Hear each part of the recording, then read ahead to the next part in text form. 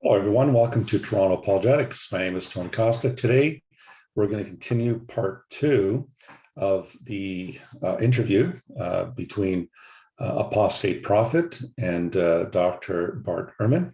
And so, just as in the first part, we will be listening to the interview, and I will be adding my comments as we go along. And so, I'm just going to bring up the video again with Apostate Prophet and Bart Ehrman, and we are going to continue where we left off. We were discussing the Gnostic Gospels and how the Gnostic Gospels had suggested that Jesus did not really die, and that the source for this, of course, comes from the middle of the 2nd century. So we're just going to pick up on that a little bit and then move on to the next section. A Christian teacher in the 2nd century named Basilides, who was a Gnostic. And he wrote a gospel. He wrote a Gnostic gospel. We don't have the gospel anymore, but we have a church father who talks about it. And in his account, what he says is that there was a fellow in the Gospels. Jesus is carrying his cross, and they impel somebody else to carry the cross for him to the place of crucifixion. And according to Basilides, what happened is this other person, whose name was Simon from Cyrene, which is in North Africa, Simon of Cyrene carries the cross, and when he gets there, Jesus pulls an identity switch. He's the Son of God. He can do miracles. He makes Simon of Cyrene look just like him. And then he looks just like Simon of Cyrene. And so the Romans think they're crucifying Jesus, but they're crucifying Simon. And Jesus is standing by the cross laughing. Presumably Simon didn't think it was so funny because he's trying to help out here. So. Understandably so. Well, let's consider that. Let's consider in the Quran, chapter 4, Surah 4, verses 157 to 158, it says about Jesus, it says, they said, we have killed Jesus, the Messiah, the Son of Mary, but they did not crucify him, nor did they kill him. So in the Quran, it's very clear, wa ma qatalahu wa ma salabahu. They did not kill him, and they did not crucify him, but it appeared so to them. The Quran goes on to say it appeared so to them. And here we get that Gnostic influence here, that it looked like they had actually crucified Jesus when they did not. So let's just consider this for a minute. So what ends up happening, according to the Islamic interpretation, is that Jesus is not crucified; it's someone else. Historically, many have argued it was Judas Iscariot that was crucified, and of course, there's others who said Simon of Cyrene, which is what Bart was referring to. And so what you have here, when you really think about it, is Allah or God deceived the early Christians into thinking that it was really Jesus who died, and that when the disciples saw Jesus again, they started talking about resurrection, which is strange, because if Jesus didn't die, then he wasn't resurrected. But apparently the disciples came to believe this. So what you end up having is you have a deceptive God who deceives the early followers of Jesus into believing that he died, because that's what they're preaching, that he died on the cross for us, for sinners, and that he was raised again. So what you find here is that in the end of the day, Islam does not look too good here, because what you've got is a deceptive God. And in many respects in the Quran, Allah misleads, Allah will not only mislead, but he will deceive and so forth. And so what you end up happening is Muslims are pushing an interpretation that basically has God as a deceiver who deceives the earliest followers of Jesus to believe that Jesus actually died. And you would think that Allah would have at least corrected them on this. So this is a bit of a sticking point when you really consider this in Islam. Let's continue. So, what about the?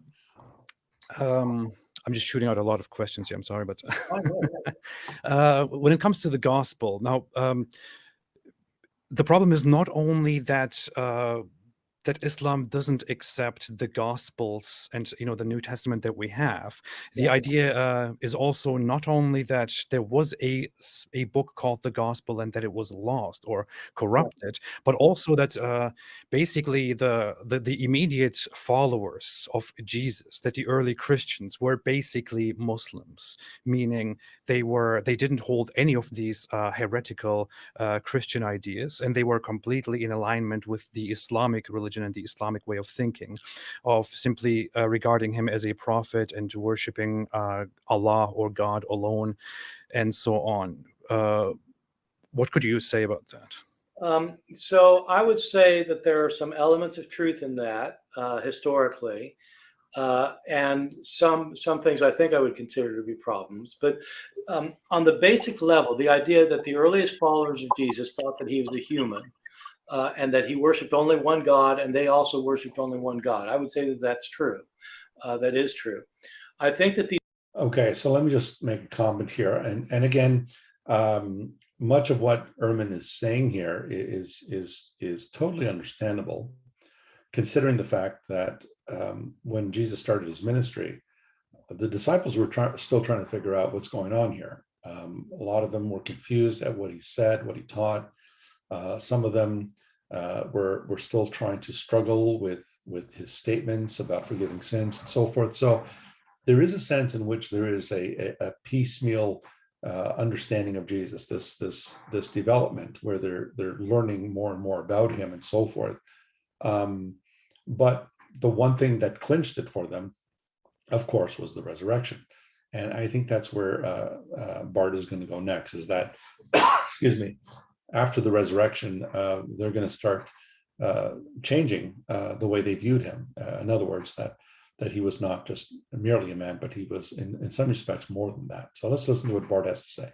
These earliest Christians, though, right after his death, believed that God had raised him from the dead and taken him up to heaven. And in the ancient views, whether it's Greek or Roman or Christian or Jewish, these ancient views, if somebody's taken up to heaven, they're living with God. They are made immortal, so they don't die again, unlike everyone else who dies again. An immortal is just another name for gods in ancient Greek. Jesus was made immortal, and I think that according to his followers, and so they started worshiping him. They didn't worship him as the one only God. Okay, so notice that Ehrman will admit that they started worshiping him. And now he's going to talk about how that ties into the one God and so forth. And this is where I think here Bart is going to stumble a bit, theologically speaking, because there's one thing Jews knew, and that is that you are to worship no one else but God alone. And that the first commandment was very clear on that you're not to have any other gods before me. And so he has to explain how it is that these first century Jews would worship someone who is not God, even if he's the closest thing to God. You don't worship angels, you don't worship cherubim, you don't worship seraphim, and so forth. So, but notice he at least admits that Jesus was worshipped. So this is an area where Muslims will say, no, that was corrupted later, because you're going to remember that the Quran says that the followers of Jesus were Muslims. So that means the original apostles of Jesus were like Peter, John, James, and Andrew, and so forth, Philip. These were Muslims. But yet, Ehrman admits that the early followers of Jesus worshipped him. Now let's listen to the rest of what he has to say. I think what he's going to say does pose some theological problems, even with first century Judaism. But he was a being who deserved worship, and so they considered him to be the Lord whom they worshipped. And I think that a being worthy of worship. The only being worthy of worship in Judaism was God, was Yahweh. And so, and even when he says they called him the Lord, the New Testament is very clear on this. And just by way of interest here, I did write a bit of this in my book, Early Christian Creeds and Hymns. This is a smaller book here. That was published this year, 2021. You could also look at my published doctoral dissertation called the worship of Jesus, the worship of the risen Jesus, in a study of the concept of the worship of the risen Jesus in the Pauline letters. There I go into more an in-depth level, academically speaking, but in my book, Early Christian Creeds and Hymns, I go into detail about what did the early Christians mean when they called Jesus Lord, the Kurios, and the fact that they quoted passages from the Old Testament that applied to Yahweh, and Yahweh was translated into Greek as Kurios, the Lord, and they quoted these passages in reference to Jesus. So Romans 10:9-13, in Romans 10:13, Paul quotes Joel 2:32, whoever calls on the name of the Lord shall be saved.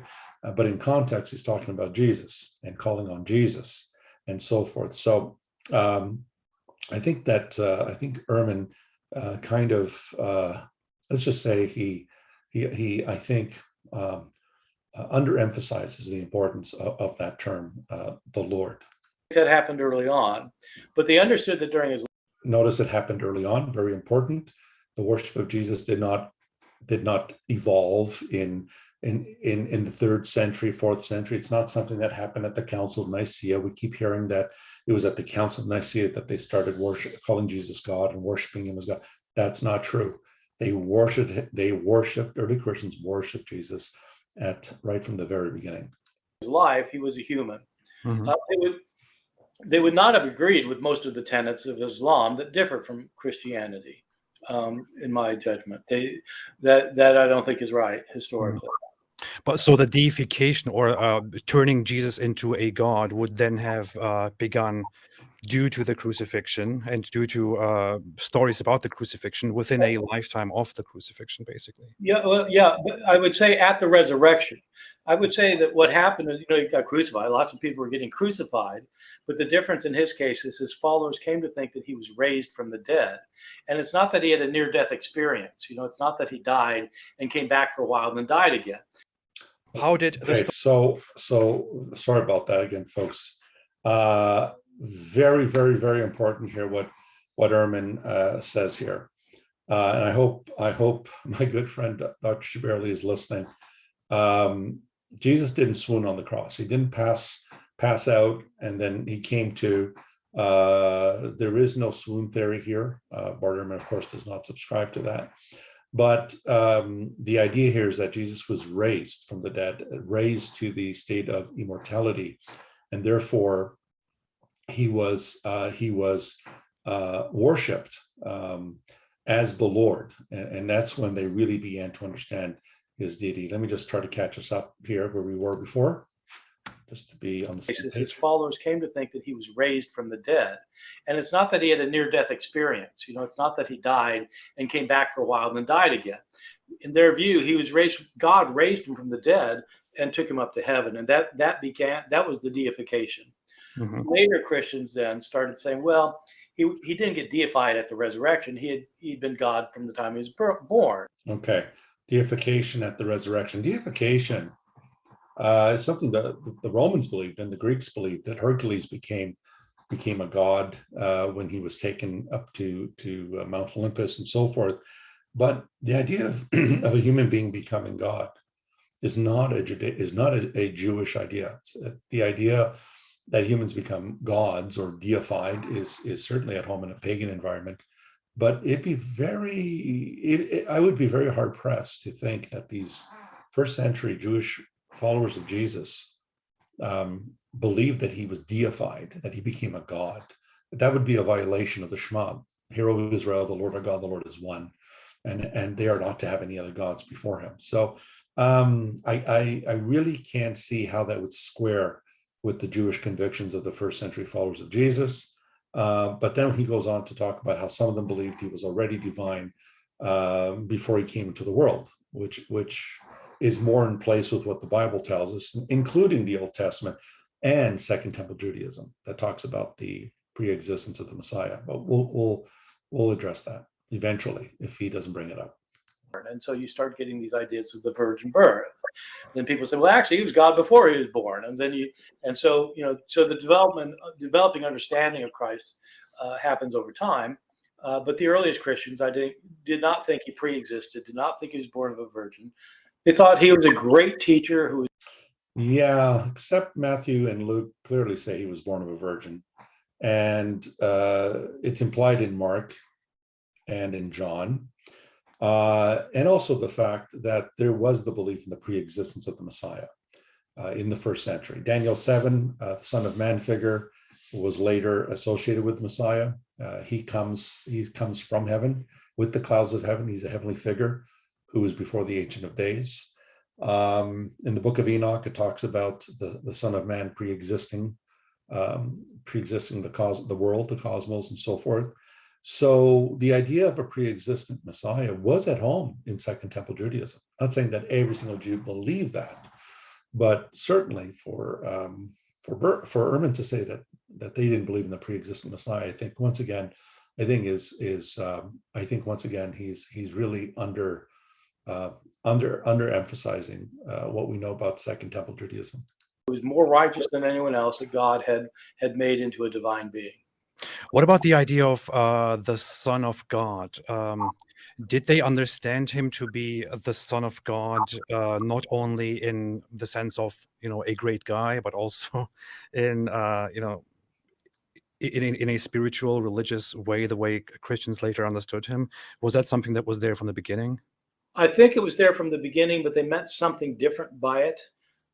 In Jewish circles, Son of God is used in the Old Testament, in the Hebrew Bible. Son of God is used for various beings. It can be used for angels, for example, but it can also be used for humans. The king of Israel was known as the Son of God. And the logic of it was that God has a kind of a representative on earth through whom he channels his will.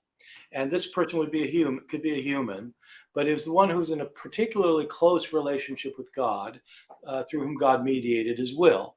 And so Jesus would have been seen as the Son of God in that sense. And he might have even talked about himself as the Son of God in that sense. Later, that came to mean that in some sense he himself was divine, that he was God. And that's the meaning that carried on later. But early on, I don't think they meant it that way. Hey, it's me again. I know this is very... Okay, so that's just a promo from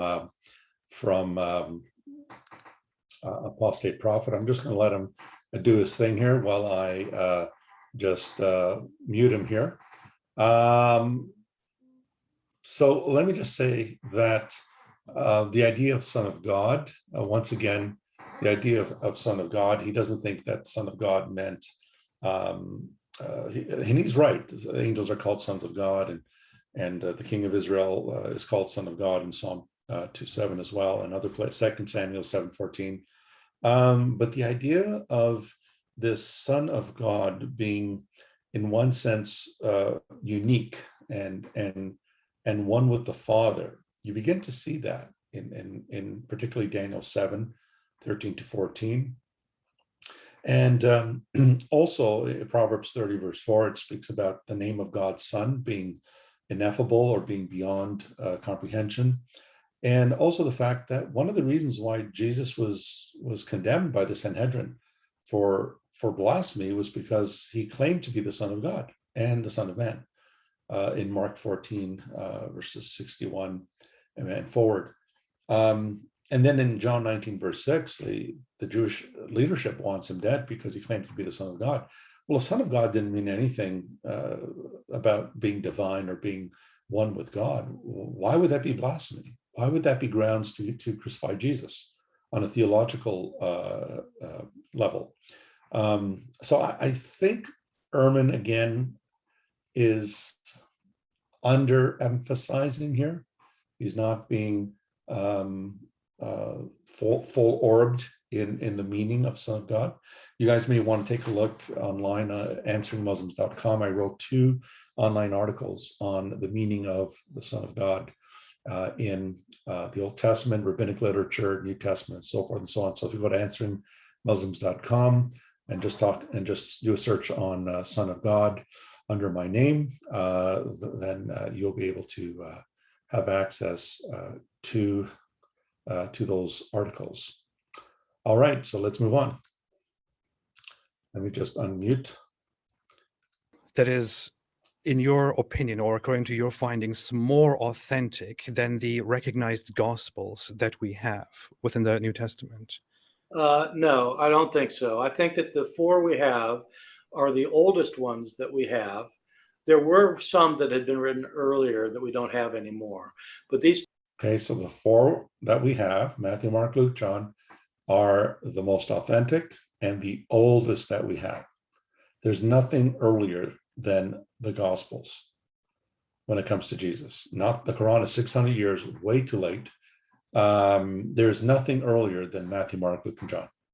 And so if you are going to reconstruct or seek the historical Jesus, you need to go to those Gospels. There is no other earlier sources than those four Gospels. Now, what Ehrman's going to say about some of these other Gospels, well, let's listen to what he says and we'll comment on that. These four are the four oldest. And the first three in particular, Matthew, Mark, and Luke, have a good deal of historical material in them. John also has some, but it's a very different kind of gospel. The later gospels tend to be, for one thing, they're much later, and they're more highly legendary. So I don't think that there are any other gospels that give us. So remember what I said earlier, the later, the more time for legend to develop, right? And Ehrman's just admitted that. The later ones are more legendary. Because the longer you wait, the longer the time gap is, the more prone texts are to become encrusted with legendary material. There was much historical information that's not already in the New Testament. What about Paul, the authenticity of Paul's texts, some of which, as far as I understand it, precede the earliest gospel that we have? How authentic are the accounts of Paul? So the New Testament has 27 books altogether, and 13 of them claim to be written by Paul. So they're called the Pauline epistles. But of those 13, 6 of them are now doubted by scholars. Scholars think that 6 of them actually weren't written by. The majority of liberal scholars will hold that position. There are a number of conservative scholars who would challenge that. You can check out the works of Gordon Fee, among others, who has addressed this, and I believe Towners, is another New Testament scholar in that area.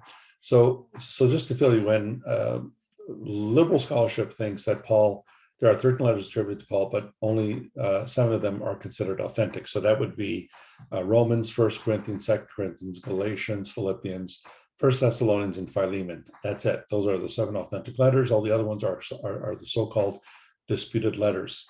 I don't have time to address this here. Obviously, this is a review of a video, but I find the arguments for these 7 authentic letters against the so-called disputed letters, I find them very weak. I don't find them convincing.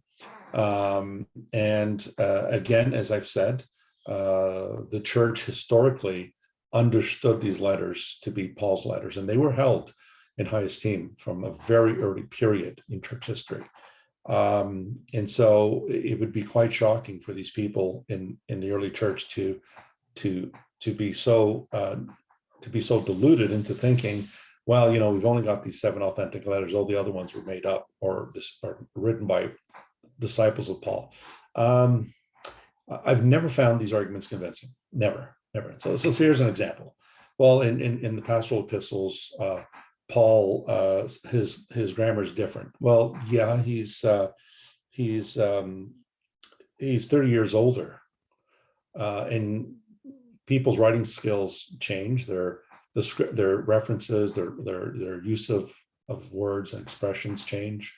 I certainly notice a difference in my writing compared to 30 years ago, but it's the same person. It's me. I wrote something 30 years ago. It's still my work, but my writing style has improved. It's changed, and so to say that the writing is different, well, so what? If the author has gotten older, why wouldn't his writing style change? And why wouldn't he focus on certain issues that he may not have addressed in their earlier writings? So again, I don't find this an overtly convincing argument. Paul, but by people claiming to be Paul later. And I think that judgment is right.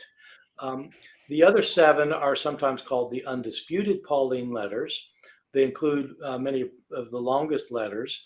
And I think that they do go back to Paul. And in some places, Paul talks about things that Jesus said and did during his life.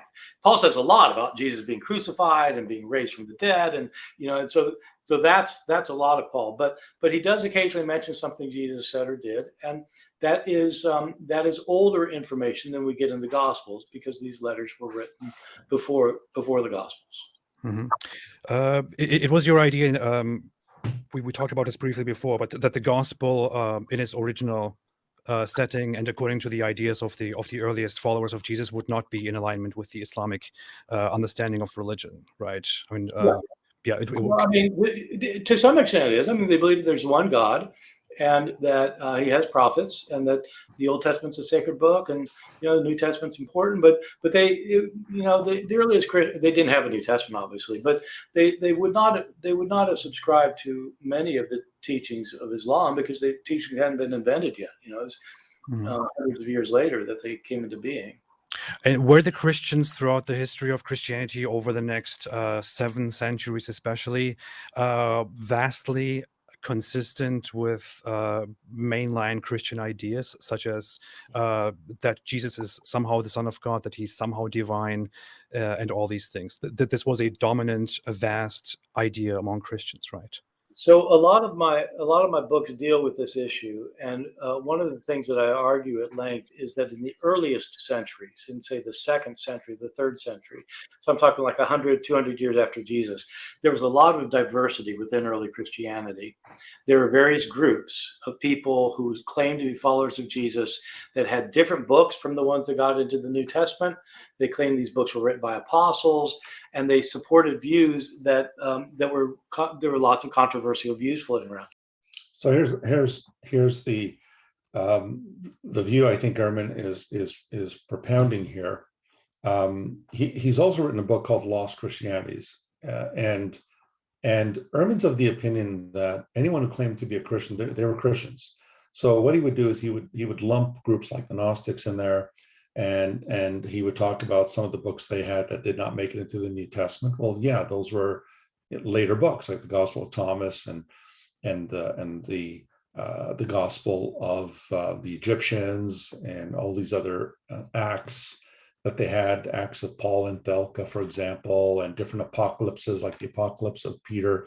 And so what he does is he just tends to lump all of these things, all these people in the same category of Christian, so that Christianity becomes almost this amorphous entity with no boundaries. And so I think, and this is one area where I strongly disagree, you could still have a foundational core, just like Judaism had. There's this foundational core, even though there were different groups and so forth. But it's one thing to say, the Sadducees didn't believe in the resurrection, and the Pharisees did. And it's another thing to say that one of these groups thinks the creator of heaven and earth is a demon, and still be within the category of Judaism. No, you would not be within the category of Judaism. So it's hard for me to conceive of these early Christians, that Christians could just be, well, they can be Gnostics and deny Jesus was a real man and think the God of the Old Testament was the demiurge, that he was this demon and so forth. So I think that in this case, I don't really buy into Ehrman's theory here. I think a lot of his views are based on, I think, the works of F.C. Bauer and other scholars from the 1930s. There are Christians who said that there are 2 separate gods. What Christian says there's 2 separate gods? Christians are monotheists. How can they believe in 2 separate gods? But that's what the Gnostics believed. But then the Gnostics, they're not really Christians if they believe in 2 different gods. So again, this is where I think Ehrman tends to get very sloppy here with his theology, or at least theology of early Christianity. Some Christians said there are 12 gods. Some said there were 36 gods. Yeah. Don't know of any Christians who believe there's 36 gods other than, excuse me, heretics and so forth. So one of the major reasons why Mormonism today is not accepted as a Christian denomination, because they're polytheists. They're not monotheists. They believe in many gods. They believe all male members of the Mormon church can become gods. And that is not Christianity. So this is where I think Ehrman's just a little off base here. Some people said Jesus wasn't really a human being, but he was fully God. Others said he's human, but he wasn't God. So there are all sorts of views about all sorts of things in the 2nd and 3rd centuries. Most of those views got hammered out. All right, so they got all these different views, but does that make them all Christians? So can you be an American, subscribe to the U.S. Constitution, and then subscribe to Karl Marx's work on Das Kapital?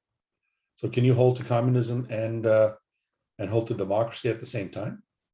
Does that make you an American if you're a communist and you believe that there should be no freedom of speech, no freedom of expression, there should be no freedom of the press? You don't think the Bill of Rights are? I mean, how can you claim that you can just be an American or just be a Christian and believe that there's one God or 36 gods or 12 gods? I mean, there's no constitution that holds any of these groups together. It just sounds like a smorgasbord of all these different conflicting views and ideas. By the beginning of the 4th century, when the Emperor Constantine had become a Christian. And from the 4th century to the 7th century, there's still lots of diversity, but the diversity has to do with things that most people would consider to be more minor. There were big debates, like really going at it debates. But, they agree, everybody agreed. Jesus is God. He was also human. There's a Trinity. They agree with these basic things. Yeah, they very much just disagreed on how to explain these things together and had big. Well, if Jesus is God and he's man, how does it work? Is he 50% of each? Is he 100% of each? The view that came out, by the way, is that he's 100% God and 100% man at the same time. Okay. Wow. Well, it's not as simplistic as that, but the point that we need to mention here is that while there were these Christological controversy and debates, whether it's Arianism or Nestorianism or Eutychianism, the fact of the matter is the what we call the church fathers, they derived these things from Scripture. They derived the idea of the hypostatic union, that Jesus Christ was the God-man, from Scripture, like John 1:14, Colossians 2:9, for instance.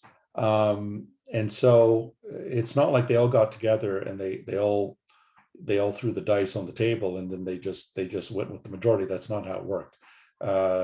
These were champions of orthodoxy who fought for truth and based what they said on who Jesus is from the Scriptures themselves. Wow.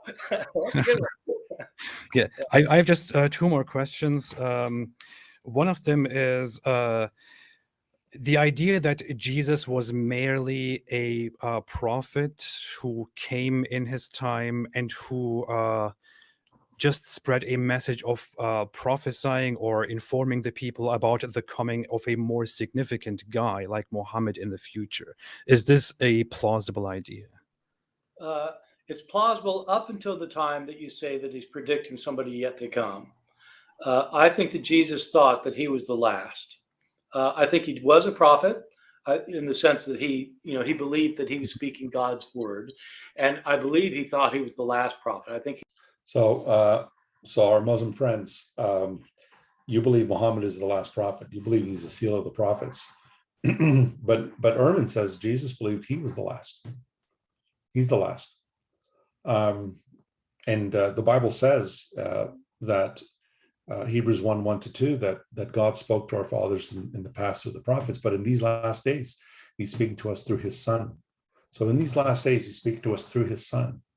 And in Mark 12, when Jesus gives the parable of the workers in the vineyard, he talks about how the servant sends all these servants, the master rather sends all these servants, and they abused him and killed him. And then he says,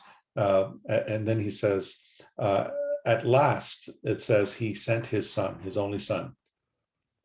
At last, at the very last, after all these prophets had come, he finally sends his son. And of course, indicating that Jesus was the last one sent, being God's very son, not just a servant, but the very son of God. So here we have it again. Ehrman says Jesus believed he was the last prophet. But that's not what Muslims believe. So in the New Testament, Jesus is certainly the fulfillment of all the law and the prophets, and that he is the prophet, priest, king.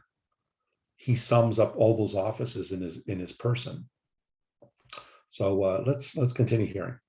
He thought that he was the Messiah who was to come, and that in his view, I don't think Jesus expected to get crucified. I think just the opposite. I think Jesus expected God to send his kingdom to. Well, but Jesus did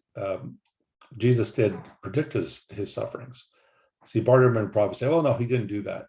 Well, why not? Why couldn't Jesus have done that? Not unless you believe there is no God and therefore no predictive prophecy and there's no supernatural. And at his last Passover meal, why would he take the bread and the cup and associate those with his body and blood? The cup representing his blood that would be spilled, that would be shed for the remission of sins. Certainly sounds like Jesus truly understood what his mission was. The Son of Man came, he said, not to be served, but to serve and to give his life as a ransom for many, as Mark 10, verse 45 says. And from my understanding, even liberal scholars would say that that's a true saying of the historical Jesus. To earth, and when the kingdom came to earth, he was going to make Jesus the Messiah, and Jesus would be the ruler of this future kingdom. So I have to argue. It takes a lot of argument to show that that's what was going on, but I do that in a couple of my books. I definitely do not think that Jesus was predicting Muhammad or anyone else, that he thought that he was it. All right, so Muslim friends, Bart Ehrman says he doesn't think Jesus was predicting the coming of Muhammad. So what do you do? What do you do with the Quran, Surah 61, verse 6, where the Quran has Jesus claiming that I come to give you glad tidings of one who comes after me, whose name will be Ahmed. In Ubay bin Ka'b's version of the Quran, he doesn't say Ahmed. He says that I come to give glad tidings of a community that will come. A community, not a prophet, but a community that will come. Very different idea there.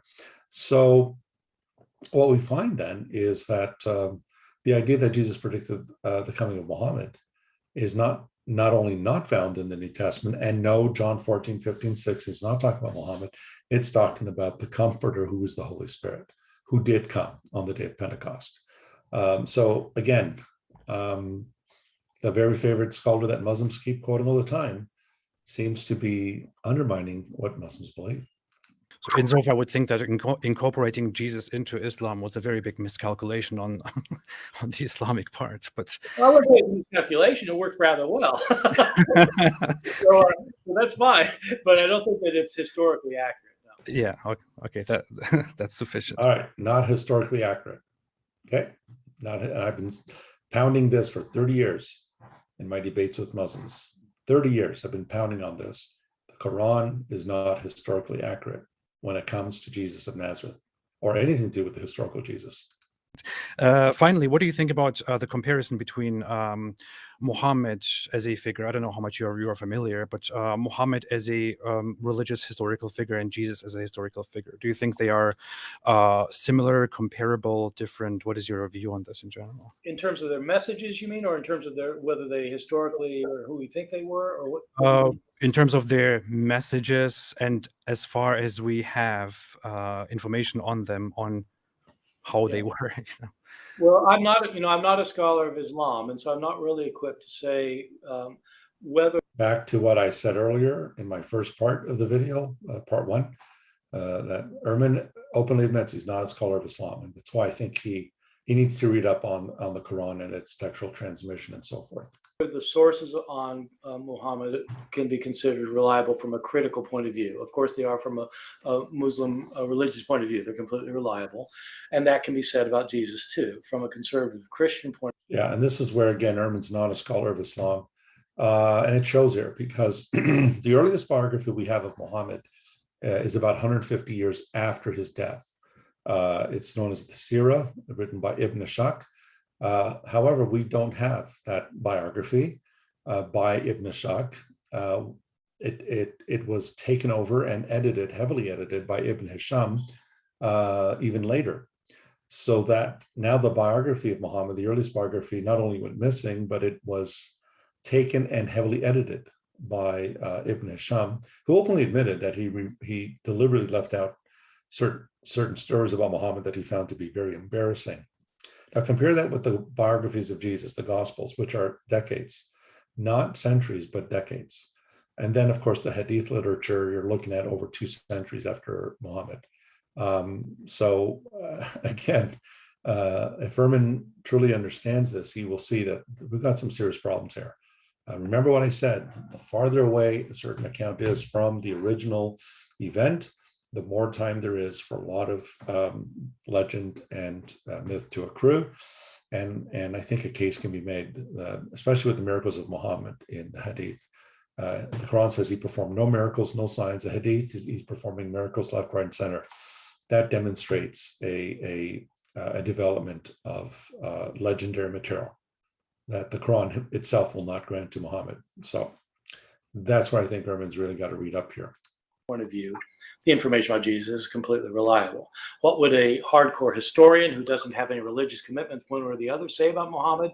The way I understand it is that there are controversies among historians about how accurate our sources are about Muhammad, but I'm not equipped to give you the details. With Jesus, I'm equipped to give you the details that we do have historical information, but a lot of legendary material as well. In terms of their messages, I think it's legendary material. If you're talking about the apocryphal Gospels, Gnostic Gospels, yeah, I would grant that. But those Gospels are not accepted by the church and have never been seen as the works of the apostles, and so therefore they're not part of the New Testament canon or collection. It's really important to understand that Jesus and Muhammad are living in very different times and places. They have different assumptions about the world, different presuppositions. Jesus is a first century apocalyptic Jew. And so, he has a very different message from anybody living hundreds of years later, I think, whatever the person's religion, including Christians living hundreds of years later. I mean, Christians contemporary with Muhammad have a very different view of Jesus from the one that historians today would have. Thank you so much for that, Dr. Bart Ehrman. I appreciate that very much. I hope I didn't bother you with my outlandish questions that are so unfamiliar to what you are normally doing. Well, no. I've interviewed with Muslims and ex-Muslims before, and it's always a pleasure because, of course, hearing it from a historian and a former Christian historian is a kind of a different thing. So I think it's a good thing. I appreciate it very much. I hope to have you back again in the future to have a conversation with you again on this matter. For now, this will be all. I'm very happy with the with your time and your answers to my questions. As a reminder. Okay, so I think we've covered essentially the rest of the video. So I hope that this review of the interview that Apostate Prophet had with Bart Ehrman has proven helpful. And what we could learn from this is that our Muslim friends really need to consider what Ehrman has said here. He said a number of things that are very lethal to the Islamic perspective. So once again, we need to be consistent with our sources. I don't depend on Ehrman to prove the Bible. And I don't depend on Ehrman to prove Christianity. But when our Muslim friends use Ehrman to justify Islam, there's a double standard there. He's certainly not justifying Islam. If anything, he's undermining the whole Islamic structure. And so, folks, hope that you enjoy this. I hope that you guys subscribe to the video, like the channel, subscribe to the channel, pass on to other friends, and we will be having other videos like this down the road. So thank you again for joining us, and all the best until next time. God bless. Bye for now.